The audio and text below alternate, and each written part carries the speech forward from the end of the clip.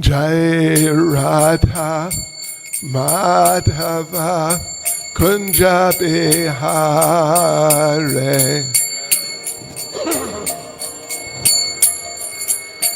Kunja Bihare Jai Radha Madhava Kunja Bihare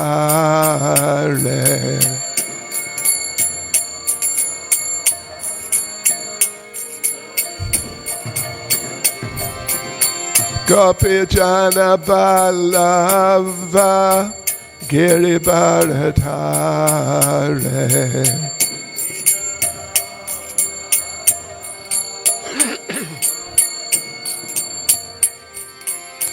Gopi Jana Vallabha Giribharadhare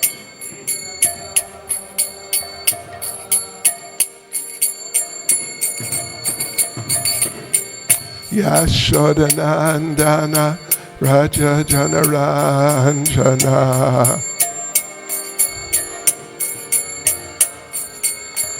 Yashodanandana Raja Janaranjana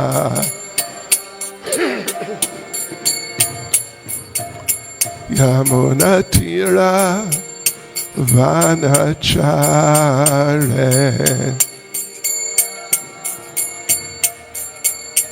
Yamunatira Vanachare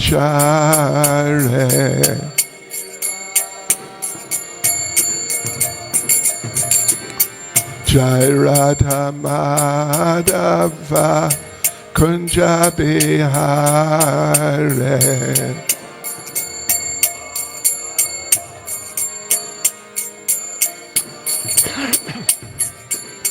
Jai Radha Madhava Kunja Bihare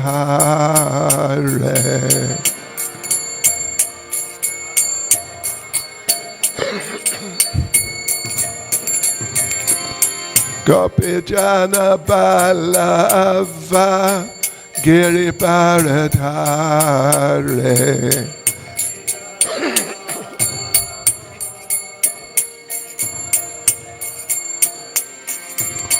Gopi Jana Vallabha Giribharadhare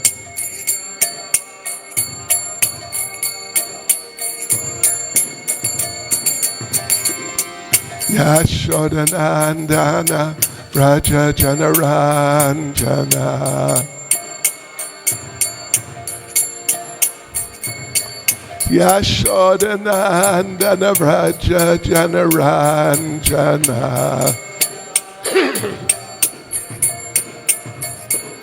Yamunatira Vanachare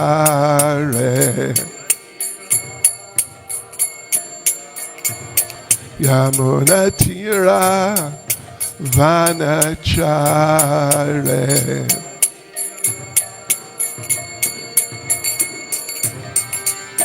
Jai Radha Madhava Kunja Bihare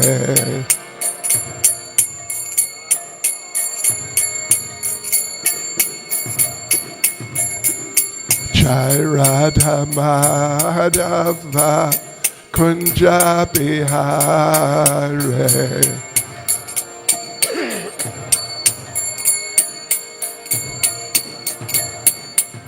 Jai Prabhupada Prabhupada Prabhupada Jaya Prabhupada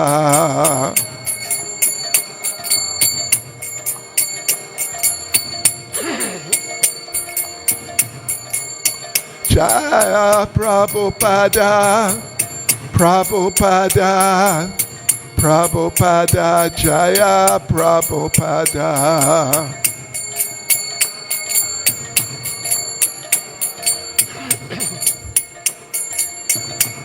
Jai Jai Prabhupada Prabhupada Prabhupada Prabhupada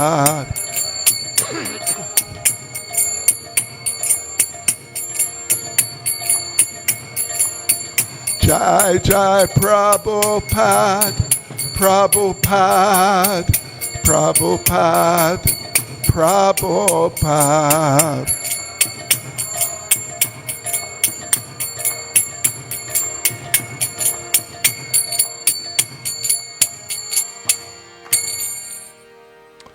Jai Vishnavad Paramahansa Parivrajakcharis Tadasi Srimad.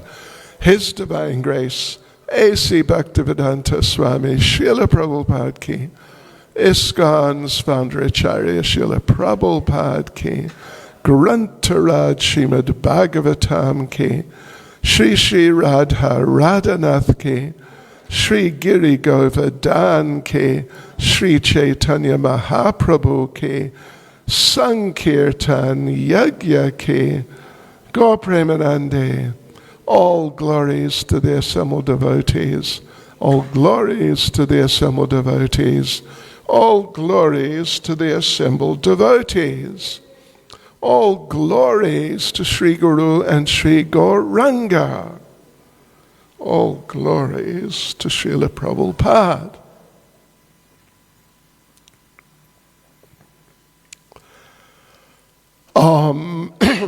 Om Namo Bhagavate Vasudevaya.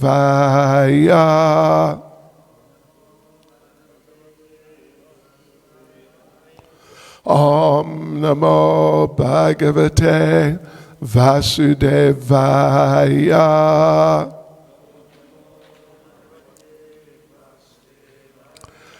Om Namo Bhagavate Vasudevaya.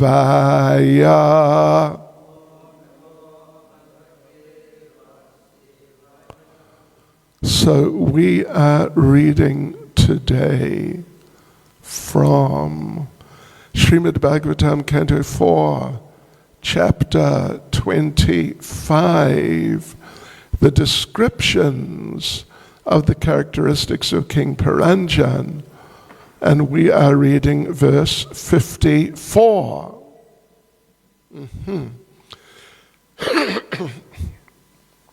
Antav Amisham Puranam Nirvak Peshaskritav Upao Akshanvatam Adipatis Tabyam Yati Karote Cha Andavamisham Puranam Nirvak Peshas Kritav Upao Akshan Vatam Adipatis Tabyam Yati Karoti Cha Andavamisham Puranam Nirvak Peshas Kritav Upao Akshan Vatam Adipatis Tabyam Yati Karoti Cha Andavamisham Puranam Nirvak Peshas Kritav Upao Akshan Vatam Adipatis Tabyam Yati Karoti Cha.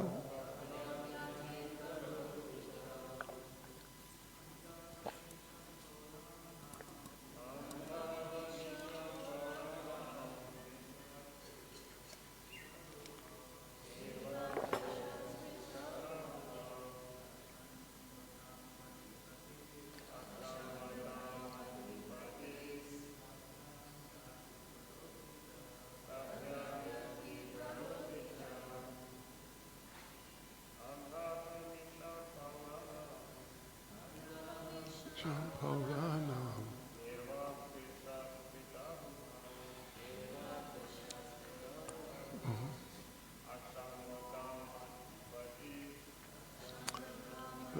Bhaktis. Karaticha.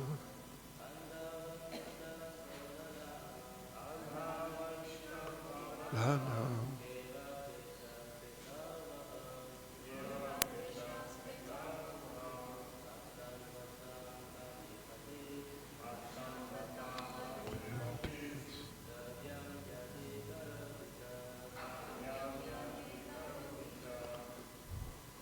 Madhujis. Vanisham Purana. Devak Peshas Kritava Bhav. Dipatis. Tabhyam Yati Karati Cha.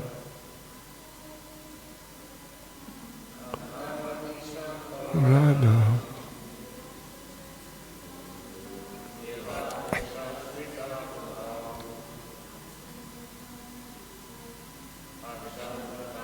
Dipatis.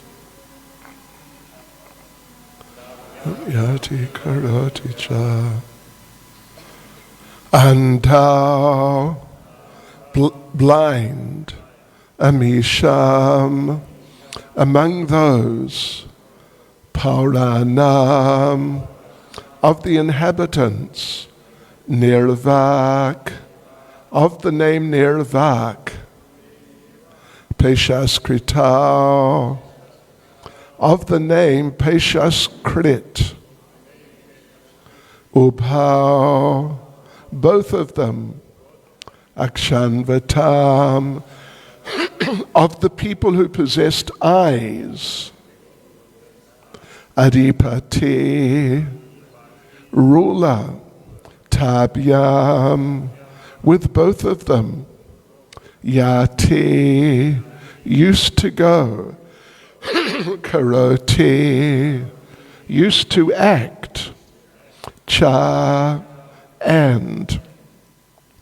Translation, of the many inhabitants of the city, there are two persons named Nirvak and Peshaskrit. Although King Puranjan was the ruler of the citizens who possessed eyes, he unfortunately used to associate with these blind men. Accompanied by them, he used to go here and there and perform various activities. Purport by Srila Prabhupada. This is a reference to the arms and legs of the living entity. The two legs do not speak, and they are blind. If a person simply trusts his legs to take him walking, he's likely to fall into a hole or bump into something. Thus, led by the blind legs, one's life may be placed in jeopardy. Of the senses that are working, the hands and legs are very important, but they have no eyes to see. This means that in the hands and legs, there are no holes. In the head, there are many holes. 2 eyes, 2 nostrils, 2 ears, and 1 mouth. But lower down in the arms and legs, there are no holes. Consequently, the arms and legs have been described here, have been described as andha, blind. Although the living entity has many holes in his body, he nonetheless has to work with his hands and arms. Although the living entity is the master of many other senses, when he has to go somewhere, do something, or touch something, he has to use his blind legs and hands. Andavamisham Pauranam, nirvak peshas kritavubhau, akshan vatam adipatis, tabyam yati karoti cha. Of the many inhabitants of the city, there are two persons named Nirvak and Peshas Krit. Although King Paranjan was the ruler of citizens who possessed eyes, he unfortunately used to associate with these blind men. Accompanied by them, he used to go here and there and perform various activities.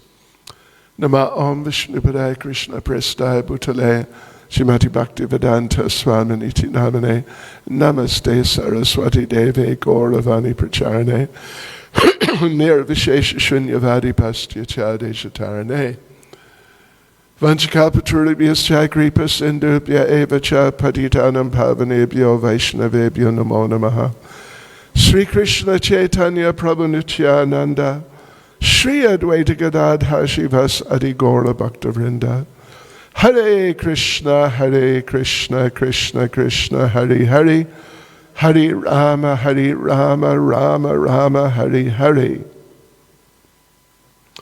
Yes, well, Paranjan, due to his different associations with different people, so to speak, in terms of the description, each of whom possessed particular functions or abilities, but not others. Well, his situation was sometimes difficult. And this is a case in point. Nirvak would seem to literally mean not able to speak. But anyway, there were two people he used to associate, and there's so many, but amongst the so many, there are these particular two, Nirvak, Peshas, Krit, and they are the arms and legs. And as such, even though they may be very strong, but they have no eyes, they cannot speak, and they're blind. As a result, they get into great difficulty, or at least they can get into great difficulty if one is not careful. Even if one is careful, one may get into great difficulty. And of course, we're familiar with the example that Srila Prabhupada gave on numerous occasions, that the Westerners, particularly the Americans, they were, at least, of course, in their conditioned state, they were all blind. And therefore they just didn't know where they were going, and in fact they got into so many problematic situations because of this.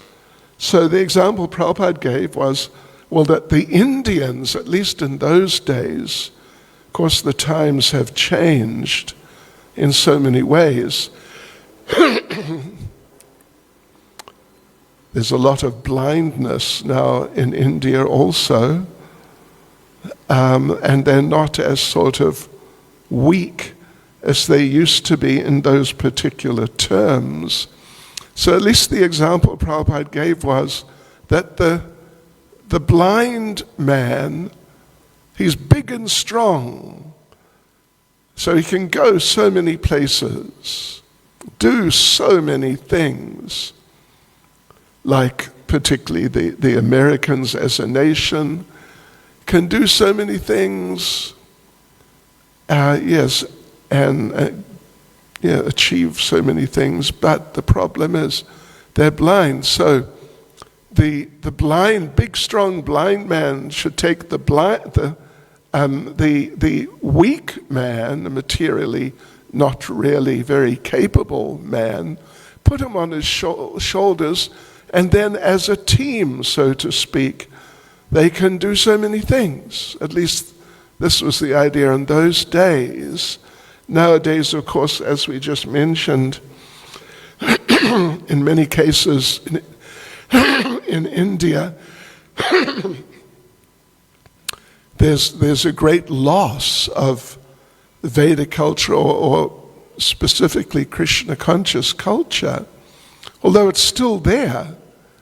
It's still there, remnants are still there, and if one moves around and meets people, one finds there's so many people who have some idea of these things, but are confused. They're the impersonalists, of course. They have some idea. Vedic culture, we are not these bodies, we are spirit souls, and like that. But what is their real nature as spiritual beings? That they're just terribly confused about.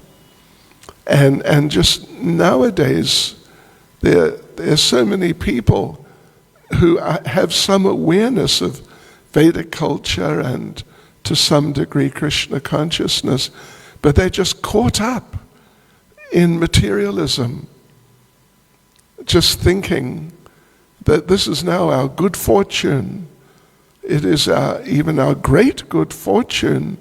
We are catching up. We have, in certain ways, we've caught up with the Americans or the Westerners like that, and we can understand and do things like technological things, etc., which previously we couldn't do, but now we can, as well as them in so many cases, in some cases better. So this is very good for us. But to become materially expert is not really a worthwhile qualification, at least necessarily, particularly if there's a shortage of Krishna consciousness, then it's a problematic situation, or extremely problematic situation.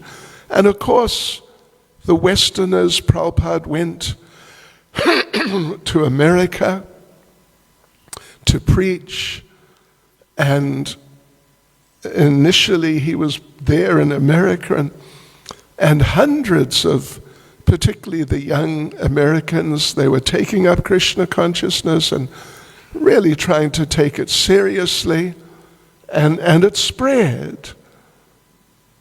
And more people became Krishna conscious, and at least practically the whole population had some awareness that there's Krishna and God, something like this. So that's an improvement in those senses, in that sense, amongst the Westerners. And it's not just the Americans, of course. We were fortunate enough to see Srila Prabhupada in 1972 in New Zealand. And we were sort of fully qualified in blindness, really, quite amazing. Although we had an interest and we wanted to know something about what is Vedic culture and particularly what is Krishna consciousness, but the confusion was overwhelming. But then by the mercy of Srila Prabhupada, step by step, things cleared up a bit. And if you ever get the chance, if you have Srila Prabhupada's The Veda Base on your telephone or device of some sort, there's the class Srila Prabhupada gave at the Auckland University, April the 14th or 17th, 1972. And it's just a really wonderful class aimed at the students. And I happened to be there. So, yes, so some good fortune came by the mercy of Srila Prabhupada. And those who were strong, you could say, in material terms, stronger or strongish, some enlightenment came and some real vision started to come. Yes, there is one devotee, what's his name? I forget his name. Not Karuna Dakshai. There's one New Zealander who became a sannyasi. He was given sannyas by Prabhupada. His name begins with K, but I forget exactly what it is. And I happened to meet him in Vrindavan, 1976. He was temple president in the Krishna Balaram temple. And he told me when he found out I was a New Zealander, another devotee and I, we had to wait on after the Mayapur Vrindavan festival for a couple of weeks to Sri Radha Radhanath Sri Giri Govardhan Sri Caitanya Mahaprabhu Ki Jai. So two of us from the British Yatra, we had to wait for it was maybe a couple of weeks or so after the festival finished and everyone else went back to their places. We had to wait for some deity paraphernalia for London, so we waited, and we in Vrindavan, and we were waiting in the Krishna Balaram temple. He was the temple president, so he found out I'm a New Zealander in those terms, and so we met a few times, and he would tell me some things, some experiences he had with Srila Prabhupada, and he told me one thing, that he was in the Prabhupada's main room, darshan room in the front of his quarters, Prabhupada's quarters in Vrindavan, and Prabhupada was speaking about the Americans. They're like this and like that, and, transcendentally criticizing them. And then he pointed to him and said, "You Americans, you're like this and that." And this devotee said, "Srila Prabhupada, actually, I'm not American, I'm from New Zealand." And Prabhupada sort of gave him a look and said, "It is the same thing." So he told me that, and I've never forgotten that. And in its sort of way, it's basically the same thing. Certainly in principle, it's very much the same thing. Yes, so anyway, the thing is this, in these terms here, going back to Prabhupada's time, America was famously strong and capable and so on like that, but transcendentally very blind and really incapable. And because of the blindness, even in material terms, getting into bad situations like the Vietnam War and so on. And the Indian nation, at least at that point, was sort of famously poor and just not very capable at all materially. So therefore Prabhupada gave this analogy, this example of the big, strong, blind man carrying on his shoulders the person who's not really very capable at all, but as a team they can work together and do a lot very successfully. And it's true. And of course nowadays the qualifications and the disqualifications have been sort of shared more, at least, than they were going back to those times. But there's a great necessity for cooperation and association. And of course we know, and I remember Madan Mohan Prabhu, the last class he gave here, I think so many of you were here and I was here, and how he was emphasizing association and taking guidance from seniors and serving seniors and so on like that. This is extremely beneficial in Krishna consciousness. And of course it's very true. So that we really must do. We must really get association. We must get good association, and then, as much as we're capable of, we should give good association.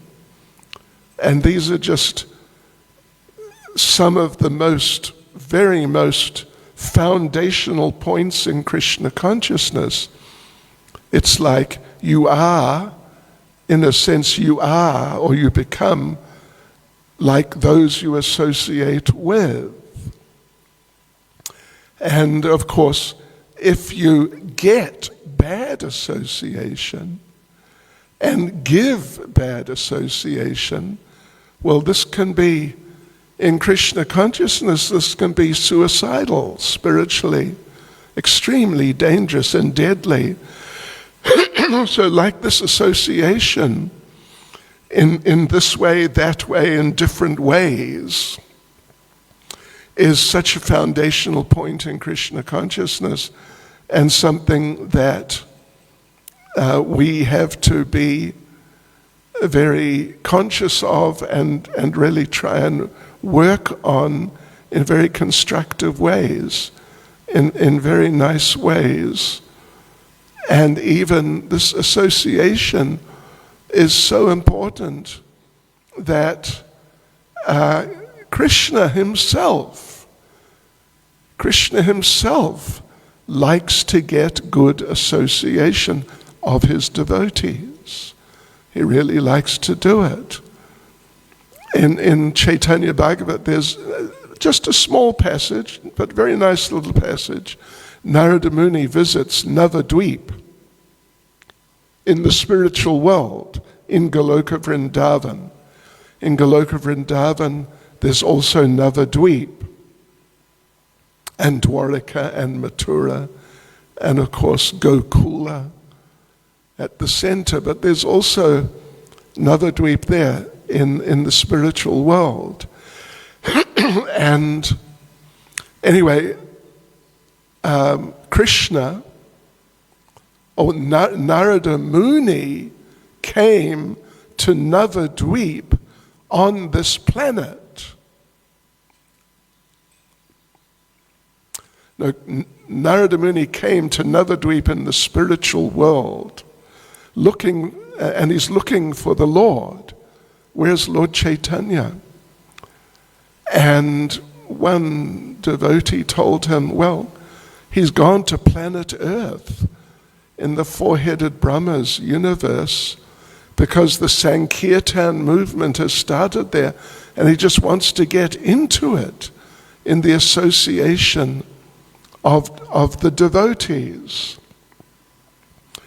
And in the 9th canto, in that very wonderful part of the 9th canto regarding Maharaj Ambarish and all the things that happened in regard to him, there is, let me just find the verse. Well, there's a few verses. Verse 9th canto, chapter 4, verse 63. The Supreme Personality of Godhead said to the Brahman, I'm completely under the control of my devotees. Indeed, I'm not at all independent. Because my devotees are completely devoid of material desires, I sit only within the cause of their hearts. What to speak of my devotee? Even those who are devotees of my devotee are very dear to me. It's an interesting statement. What to speak of my devotee, someone who's really a devotee of the Supreme Personality of Godhead. Even those who may not be so much realized as pure devotees of Krishna, but they are dedicated to Krishna's devotees, then the Supreme Personality of Godhead is saying that even these people are very dear to him. And the next verse, it's 64. O best of the Brahmins, without saintly persons, for whom I'm the only destination, I do not desire to enjoy my transcendental bliss and my supreme opulences. So this point of association, it certainly goes far beyond just us and associating with our fellow devotees. Even the Supreme Personality of Godhead is hankering and really, really wants to get the association of devotees. And the next verse, 65, since pure devotees give up their homes, wives, children, relatives, riches, and even their lives simply to serve me, without any desire for material improvement in this life or in the next, how can I give up such devotees at any time? And verse 66, I mean, it's just sure. Such an ocean of nectar. As chaste women bring their gentle husbands under control by service. The pure devotees who are equal to everyone and completely attached to me in the core of the heart bring me under their full control.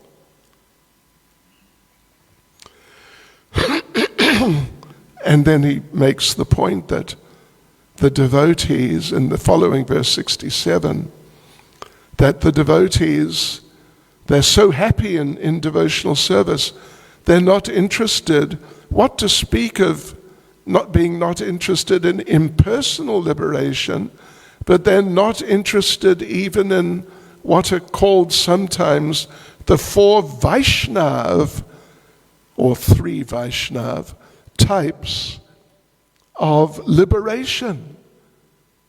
To have a body like the Lord's, to live on the planet, same planet as the Lord, to have opulence like the Lord, these types of things. They're not interested because devotional service is so wonderful.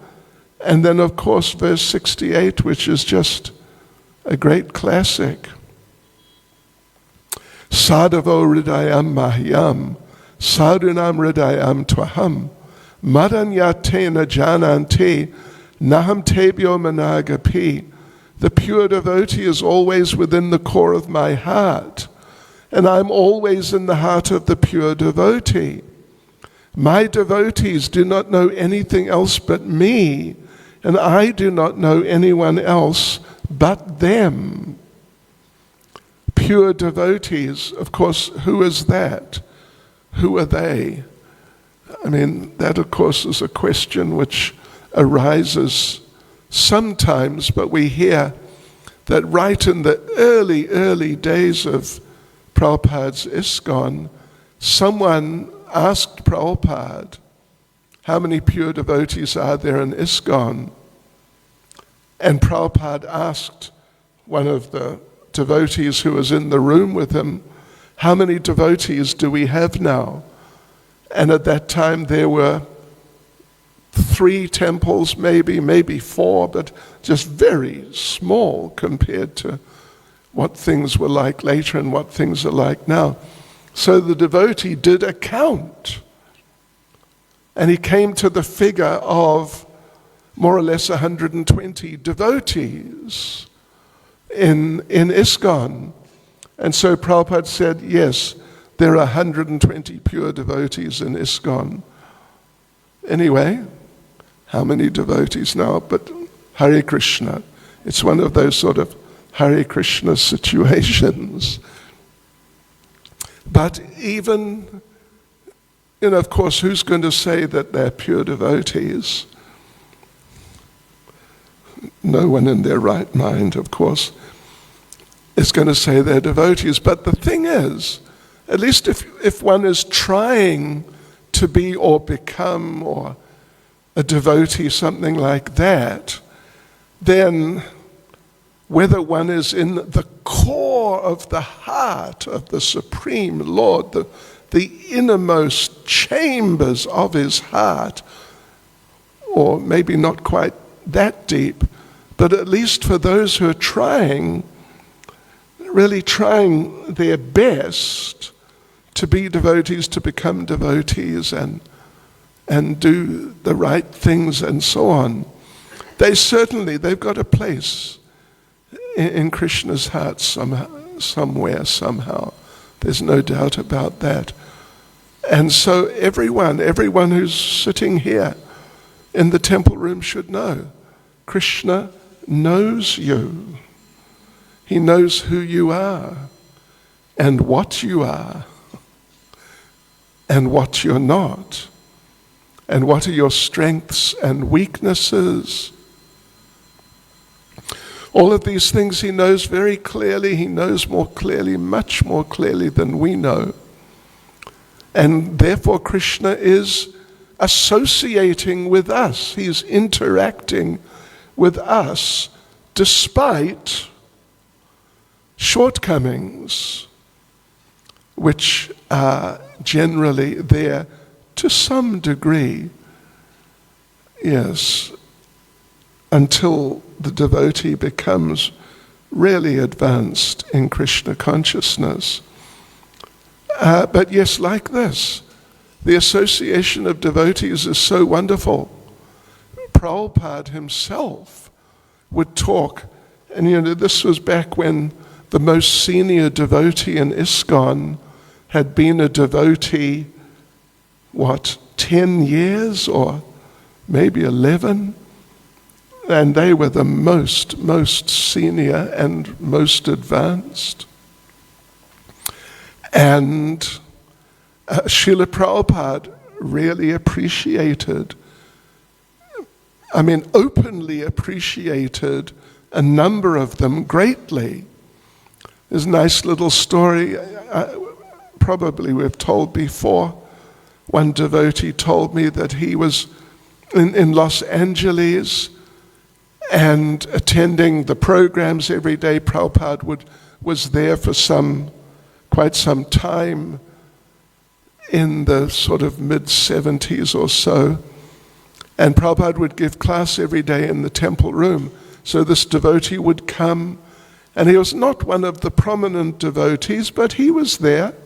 He was one of the devotees regularly practicing and rendering service.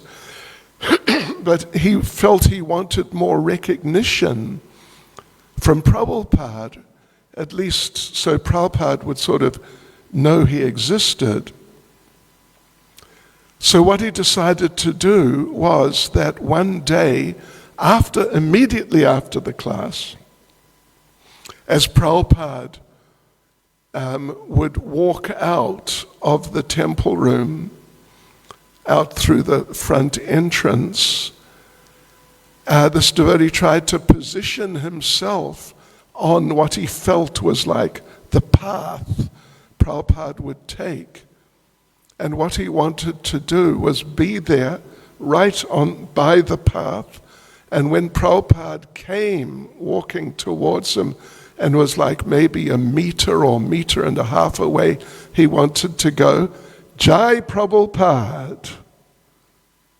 looking Prabhupada in the eyes and smile and like that. And he was hoping that Prabhupada would respond by acknowledging him, Hare Krishna, Jai, something like that. So he was ready, the devotee was ready, strategically positioned. And Prabhupada was now, 3 meters, 2 meters, about 1.5, the devotees ready. Suddenly Prabhupada changed direction to the left because the kitchen was on that side, on Prabhupada's left as he was going out. And Prabhupada walked into the kitchen, and this devotee sort of, anyway, you can understand. And Prabhupada walked into the kitchen, and the devotee saw Jayananda Prabhu was in the kitchen. And Prabhupada went up to him. And Prabhupada said Jai to him. And Prabhupada interacted with Jayananda in the kitchen about some kitchen things for a minute or so like that. And so the devotee understood it's not just really, kind of artificially trying to, you might even say almost trick someone like Prabhupada to accept you. But no, you've got to really do your best in devotional service, very sincerely and very humbly. And then Prabhupada, the senior devotees, one's spiritual master, will accept you more and more deeply, and a relationship will be there more and more deeply on the spiritual platform. And of course we know it's Sridhar Swami, the great commentator from many years ago, who made the point in regard to one of these verses, maybe the 68, but one of the verses, that Durvasa Muni, who of course had grievously offended Maharaj Ambarish, and was now just beginning to reap some of the results for that. And it was just, anyway, his life was just in danger because of these things. So actually this is Durvasa, or the Supreme Personality of Godhead, responding to Durvasa Muni, who's approached the Lord, that please be merciful to me, I can see I'm in such great danger. And you are very merciful to the fallen, I can see I'm a very fallen person. And you're very kind to the fallen, you have a very kind heart. So please give me some mercy from your kind heart to save me from this terrible, terrible situation. And the Acharya makes the point that the Lord responds to the effect that you're right, I have a very merciful heart. But the problem is, I don't have my heart any longer. I've given my heart to my devotees. So therefore, if you want some mercy from my merciful heart, you must approach Maharaj Ambarish and beg for forgiveness and beg for mercy from him. Then you'll get mercy. So like all these things, it's a big subject. It's a big subject, and there are seminars on it. A very big subject of association and how things work in terms of association, including with the Supreme Personality of Godhead. Prabhupada in one class on Radha Astami makes the point that Srimati Radharani is so kind to devotees, even if they're really not qualified, but they're doing something, at least not nothing, but something, a little something, in service to her beloved Lord Sri Krishna. And she is so appreciative of devotees.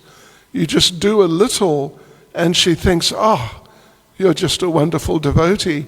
So Prabhupada explains that then she may go to Lord Krishna and tell Lord Krishna that, Krishna, down there in the Sri Sri Radha Radhanath temple, there is or is one very nice devotee named ...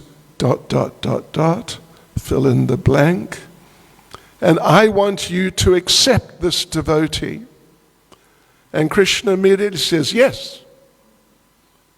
He doesn't sort of cross-examine her, well, what service is this devotee doing? How's their chanting? That sort of thing. And Srila Prabhupada says there that you actually may be fool and rascal number one, but if Srimati Radharani gives her recommendation, Krishna will accept you. So, whether we're fool and rascal number one or not is, an interesting subject, but generally speaking, we're not on such a high level of Krishna consciousness. At least we're hanging in there by the grace, by the mercy. So we should carry on. And one of the most important aspects of carrying on is getting good association, then giving good association as much as possible, avoiding bad association, avoiding being bad association. These are all vital elements in the picture of how to progress and come closer to the Lord and be more and more and progressively more and more accepted by the Supreme Personality of Godhead. Hare Krishna. Any comments, questions?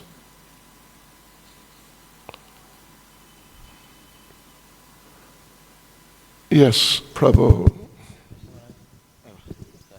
Hare Krishna. I just want to go back to when you were mentioning the different kinds of liberation. And it got me thinking, there are eternally liberated souls and eternally conditioned souls such as ourselves. However, I've also noticed a trend that when devotees become pure enough, they even want to negate these benefits of pure devotional service, such as liberation, or the three kinds of liberation that are sought out by Vaishnavas. Mm-hmm. But as those of us now who are on the lower platform of devotional service, we are looking to those as this is our goal. Is it going to happen like that for everyone, or what is then the point then of us striving to be liberated when we do get to that platform, we don't want it anymore? Yeah, okay. Burijan Prabhu makes the point, if I remember correctly, it's in his book, that he was with Prabhupada in Japan, and Prabhupada one morning was giving class, and Prabhupada was talking about something like what you're saying, basically, that very advanced devotee doesn't really care. Will I take birth again? Or will I actually go, to the spiritual world? That elevated devotee just feels, I just want to serve. That's all. That's just all. So afterwards, after the class, Burijan Prabhu went to Srila Prabhupada and expressed that sort of idea on his own behalf. That yes, Srila Prabhupada, all I want to do is serve you. I don't mind taking birth again as long as I can serve you. And Srila Prabhupada said to him, don't force your spiritual master to take birth again to come back and save you. Which is interesting. That's correct, right? You read that? Okay.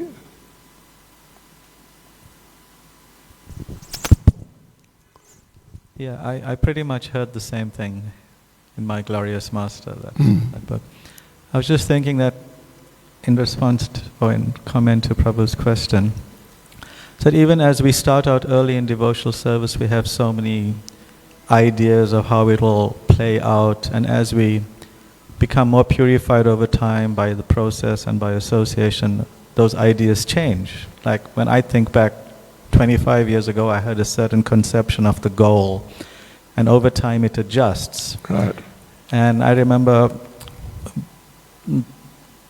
Prabhupada in one class speaking about devotional service practiced by a devotee who may be influenced by different modes. That in the mode of ignorance, or influenced by the mode of ignorance, they may think that they are the only devotee. Right.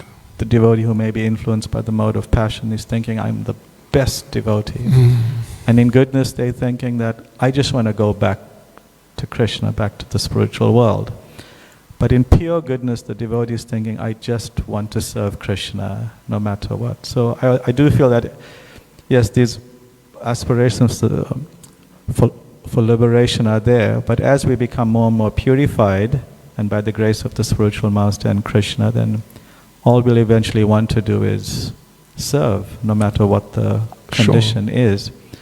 But we shouldn't hope for something that we're not eligible for also. Yeah. Don't bring our spiritual master back. Yeah, right. Yeah. Thank you. Another little point related is that it's a fact that Srila Prabhupada, you could say repeatedly, gave this idea of going back to Godhead. Yeah. So, and sometimes some devotees question, should I actually think like that? That I want to go back to Godhead. But the fact is that Prabhupada talked about it and sort of, you could say, encouraged the idea quite often. So, I mean, at least it's better to think of going back to Godhead than going surfing, for example, or going to watch a soccer match, or, some other like actual material desire. So yeah, to think of going back to Godhead is definitely better than that, those types of things. So, it's a little like Prabhupada. There are places where Prabhupada says, when you chant, you should just chant and hear the chanting, full stop. Then there are places where devotees ask Prabhupada, is it all right to think of pastimes of Krishna while chanting? And Prabhupada, at least in one case, says, yes, it's good. I mean, how to take that all? At least one way, it seems to me, it could be taken is that, if you're having difficulty just hearing and the chanting, the mind is sort of playing up a bit or something like that. It feels like it needs more engagement, even while you're chanting. better to think of some pastime than to think of, some old thing, the type of thing you used to be attracted to before you were a devotee. Although best is just hear the chanting. There's the famous little fragment of conversation, which actually I've got on my computer, in which the devotee is asking Prabhupada that, how do we focus our minds? The mind is so prone to deviate when we're chanting. And Prabhupada says, basically to the effect that, what's the difficulty? Just chant and hear the chanting. And Prabhupada says, what is the question of mind? Just chant and hear the chanting, and, what's the question of mind? Well, others, more neophyte might say, well, it seems to be a question. Yeah? Krishna. So as you're speaking, I'm thinking of maybe an analogy just to make myself understand more. It's sort of like we are all in a diseased state of life. Yes. And being heavily diseased with this material condition, Prabhupada is encouraging us to focus on getting healthy first before we have desires of, so to speak, running around the world and doing certain activities.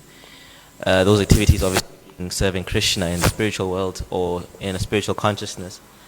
So is this idea of going back to Godhead something just to get us in a situation where we are at least in pure goodness? Then from that platform we can move with determination and move with a clear spiritual intention. Is that kind of what it is? I mean, you could say that's a way of looking at it. Prabhupada's sort of operating on many levels at the same time.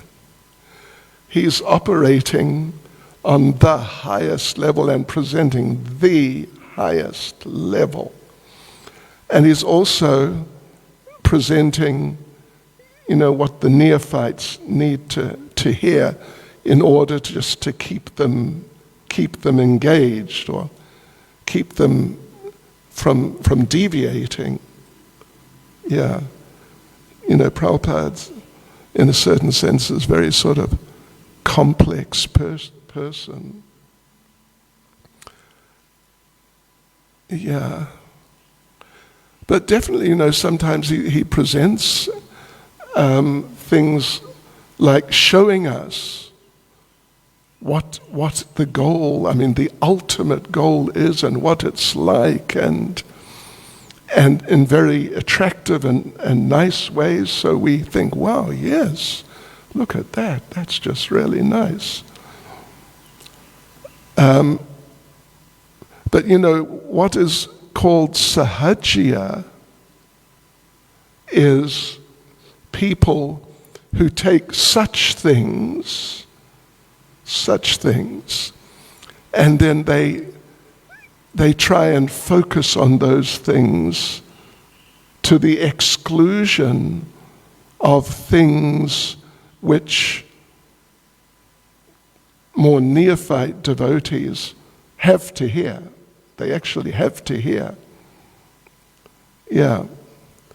So, it's Prabhupada, in order to do what Prabhupada did, like preach like he did, and yeah, it's not easy at all. Only someone like him can really do like that. And others, at least they should try and follow in his footsteps and present things sort of in keeping with how he presented things. Hare Krishna. Srila Prabhupada Ki.